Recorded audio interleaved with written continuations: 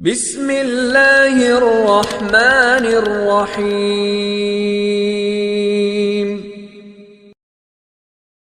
جتھے عشق حرام دا ڈیرا فرمانے لگے اب میرے لیے سامنے باپ، ادھر بیٹا۔ آپ فرماتے ہیں دو رستے تھے، باپ بچاؤں یا رسول اللہ کا دین بچاؤں۔ ایک منٹ تھا فیصلہ کرنے کے لیے کہ ابا بچے گا یا دین بچے گا، کفر بچے گا یا اسلام بچے گا۔ فرماتے ہیں میں نے منٹ پورا نہیں سوچا، میں نے تلوار اٹھائی، باپ کی گردن کاٹ کے گرائی اور رسول اللہ کا دین بچا لیا۔ باپ کی گردن کٹ کے گری اور نبی پاک کا دین بچ گیا، بچا لیا رسول اللہ کا دین۔ حضرت عمر نے ماموں کو مارا۔ حضرت مصعب ابن عمیر کہتے ہیں تاریخ مجھے بھی لا کے کھڑا کرتی ہے بدر کے میدان میں، تو کفر کا لبادہ اوڑھ کے جب سامنے آیا تو وہ میرا سگا بھائی تھا، سگا بھائی۔ حضرت عمر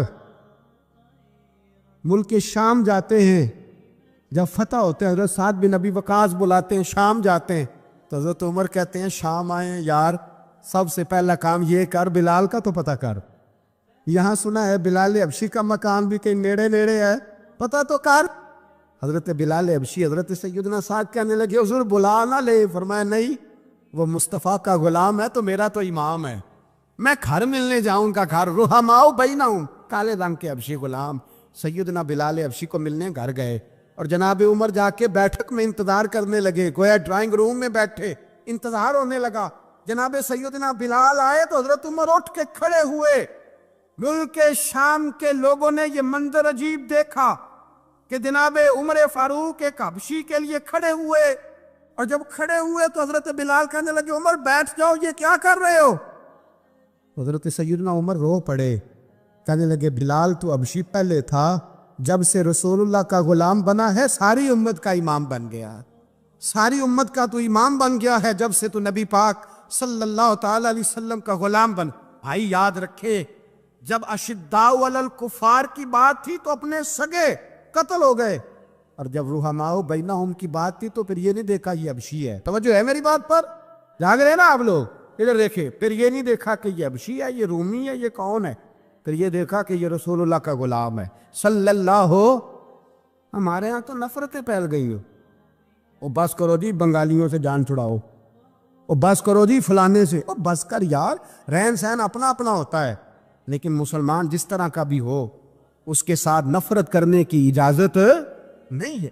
پہلی بات اشداء علی الکفار، دوسری بات رحماء بین، اب تیسری بات ہے تراہم رکعا سجدا یبتغون فضلا من اللہ ورضوانا۔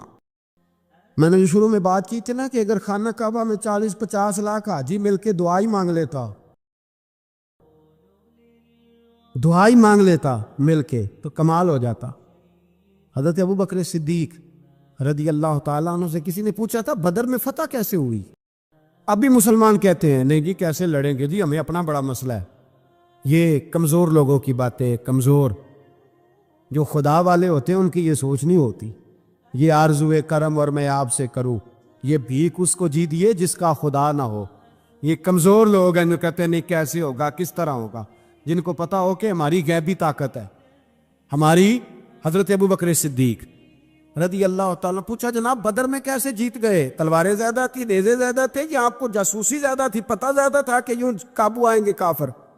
تو ابو بکر صدیق فرمانے لگے نہ نیزوں سے جیتے نہ تلواروں سے جیتے، ہم جو بدر میں جیتے ہیں تو مصطفیٰ کی نمازوں سے جیتے، ہمیں جو بدر میں کامیابی ملی تو رسول اللہ کی دعاؤں کی برکت سے ملی۔ فرمانے لگے کافر ساری رات شرابیں پیتے رہے، ساری رات وہ ناچ گانے میں مصروف رہے، اور میں حضور کے خیمے میں موجود تھا، نبی پاک ساری رات نماز پڑھتے رہے، ساری رات حضور نماز پڑھتے رہے، ساری رات اللہ سے دعا کرتے رہے۔ فرمایا صبح جو کامیابی ملی تو یہ مصطفیٰ کی نمازوں کی برکت سے ملی۔ ایک بزرگ کی میں بات سن رہا تھا، وہ کہہ رہے تھے اب نمازیں عبادتیں ریاضتیں بعد میں کرنا، پہلے جہاد کرو۔ کہہ رہے تھے اب نکل کر خانقاہوں سے ادا کر رسم شبیری، عبادتیں ریاضتیں تلاوتیں درود بعد میں ہوگا، پہلے جہاد۔ تو میں نے کہا صاحب عبادتیں تلاوتیں درود ہو کہاں رہا ہے، پہلے وہ جگہ تو بتائیں۔ خانقاہوں پہ تو عرس ہو رہا ہے، سال کے بعد ڈھول لگ رہا ہے، وہ جو زمانہ تھا نا کہ خانقاہ شریف پہ شام تک قرآن مجید ختم ہوگا، فجر کے بعد 50,000 درود پڑھا جائے گا، وہاں لوگ آئے ہیں تو وہاں ذکر کرتے کرتے لوگ اس قدر مست ہوئے کہ انہیں ہوش ہی نہیں کہاں کہ کہاں گئے، وہ تو دور ختم ہو گیا۔ اب کہاں ہے خانقاہ میں؟ اب تو نظر نیاز رہ گئی، ختم شریف رہ گیا، عرس پاک رہ گیا، باقی تو معاملہ ختم ہے۔ وہ کہاں گیا معاملہ سارا؟ بھائی دعائیں التجائیں شہاب الدین غوری سے پوچھا جناب فتح کیسے ہوئی؟ کہنے لگے خواجہ معین الدین اجمیری کی دعاؤں کی برکت سے۔ فرماتے ہیں بابا دعا مانگتا تھا، ہم جہاد کرتے تھے، اللہ کامیابی دے دیتا۔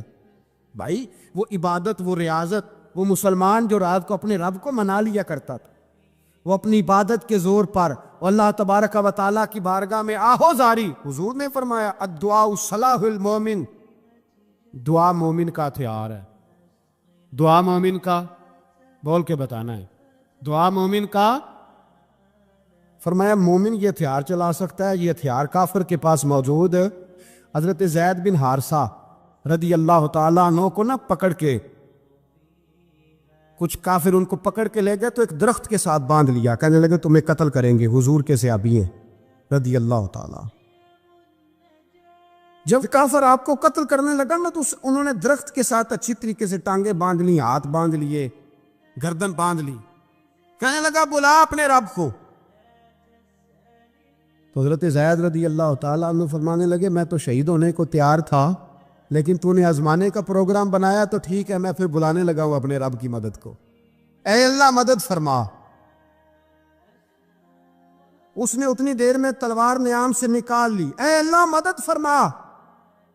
اس نے جب تک دونوں ہاتھوں میں تلوار سونت لی، اے اللہ مدد فرما۔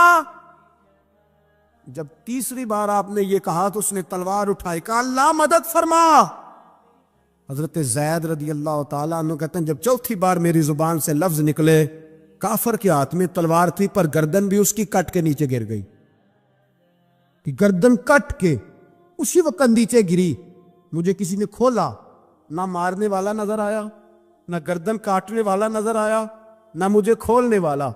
تو میں نے کہا آنے والے تو بتا تو سوئی تو کون ہے؟ تو کہنے لگے میں جبریل امین ہوں، میں جبریل امین ہوں، میں جبریل، مجھے دشمنوں نہ چھیڑو، میرا ہے کوئی جہاں میں، مجھے دشمنوں نہ چھیڑو، میرا ہے کوئی جہاں میں ابھی پکار لوں گا، نہیں دور ہے مدینہ۔ کہا جب تو نے، حضرت جبریل کہنے لگے جب تو نے پہلی دفعہ کہا نا اللہ مدد فرما تو میں سدرۃ المنتہا پہ تھا، مجھے حکم ہوا جبریل دیر نہ کرنا۔ فرماتے ہیں جب دوسری دفعہ تو نے کہا نا اللہ مدد فرما تو میں 7ویں آسمان پہ تھا، اور جب تیسری دفعہ کہا مدد فرما تو میں پہلے آسمان پہ تھا، اور فرمایا جب تو نے کہا چوتھی دفعہ اللہ مدد فرما تو میں تیرے سرانے کھڑا تھا، میں تیرے سرانے۔ تو بھائی اب تو اجتماعی دعا بھی نہیں رہی ہماری، اب تو یہ والا سوتا بھی، اکبر الآبادی نے کہا تھا مصیبت میں بھی اب یاد خدا ہم کو نہیں آتی، دعا منہ سے نہ نکلی جیبوں سے عرضیاں نکلی۔ اب بھی ہم کہتے ہیں کریں گے بات، سفیر کو بلائیں گے، ہم نے کہا ہے اس کو تو مان جائے گا وہ آپ کی بات۔ وہ بچے کاٹ رہا ہے تو اس کو گھر بلا رہا ہے۔ ابھی تک ایک اتنا سا سٹینڈ کہ ان کا جو دفتر ہے سفارت خانہ وہ بند کر دیا جائے، اتنی بھی توفیق نہیں ہوئی۔ کہتے ہیں ٹھیک ہے شور شروع ہو رہا ہے، بس چپ کر دیں گے سارے۔ خدا را خواب غفلت سے اٹھو، بیداری حاصل کرو، اور کچھ نہیں ہو سکتا تو کھل کے دعا تو مانگو، ان کے لیے دعا تو مانگو۔ اللہ بڑا کریم ہے، وہ جب مدد کرنے پہ آتا ہے تو پھر بڑے بڑے کافروں کے مقابلے میں اپنے بندوں کی مدد فرماتا ہے۔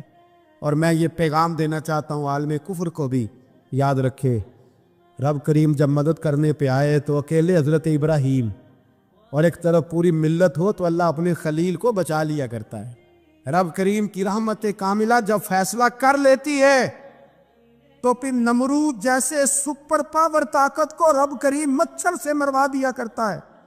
اللہ تبارک و تعالی، یہ تو مسلمان کا دعا والا سوتا ہی، وہ نکل کر خانقاہوں سے ادا کر رسم شبیری، یہ تو تب ہوگا جب خانقاہ کے اندر کوئی ذکر فکر عبادت ہو رہی ہو، اور جب وہاں حال ہی کوئی نہیں، وہاں تو رقص و سرور ہے، وہاں تو بس جھوٹی تعریفیں ہیں، ہر آدمی نے ایک بندہ ساتھ رکھا ہوا ہے تعریفیں کرنے کرانے والا، وہ تو معاملہ ہی اور ہو گیا ہے۔ حضرت سیدنا مولا علی شیر خدا کرم اللہ تعالیٰ وجہہ الکریم ساری زندگی کہتے رہے اللہ علی نے میدان میں عمر گزاری ہے، اسے شہادت کی موت عطا فرما۔